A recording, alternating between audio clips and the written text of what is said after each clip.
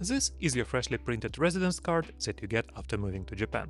And if you don't have an address here within 14 days after settling down, you are quacked. And if it's still not there after 90 days, well, you are royally quacked.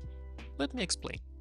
If you're planning to stay in Japan for more than 3 months, you have to register your address with the city hall. After all, we can't just let wild foreigners roam the country without knowing where they are.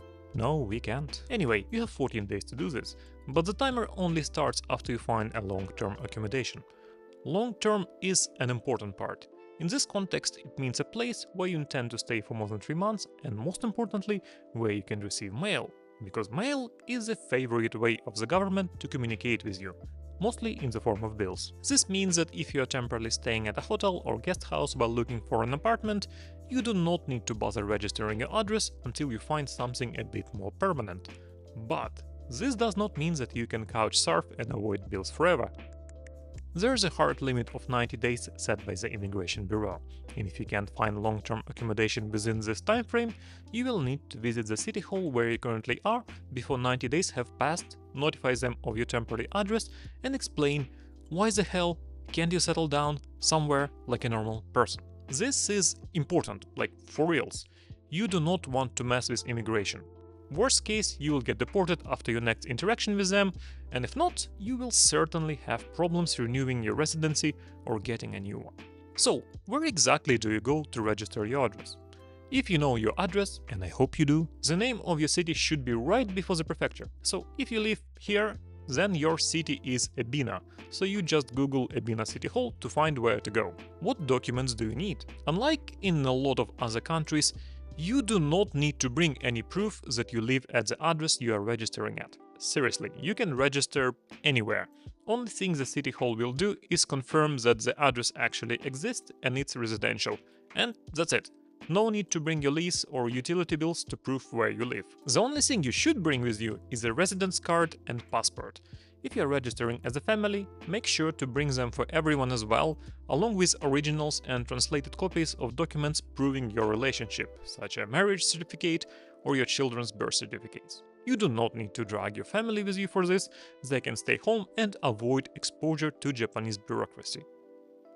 What exactly should I do in City Hall? To start, if you can, avoid going to City Hall between 11 AM and 3 PM, which is usually the busiest time since the lunch break is the only opportunity for a lot of folks to go there. After entering City Hall, you will be looking for something like a resident service counter. Every city calls them in a different way, so it's a bit of a mess.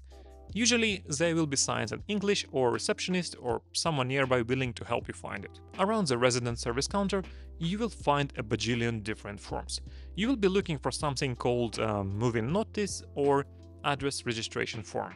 Again, they call different things in every city. There's a good chance that the form you're looking for will also have some English on it, but even if not, it's okay, trust me. I know it's overwhelming, but do not worry, there will always be someone around whose sole job is to help people find and fill out the right form. If you're not sure, and personally, I'm never sure, just put on your most dumb face, look helpless, and someone will assist you. They will also tell you what counter to bring the form to, or will get you a number ticket for the queue. Fill out the form using English characters.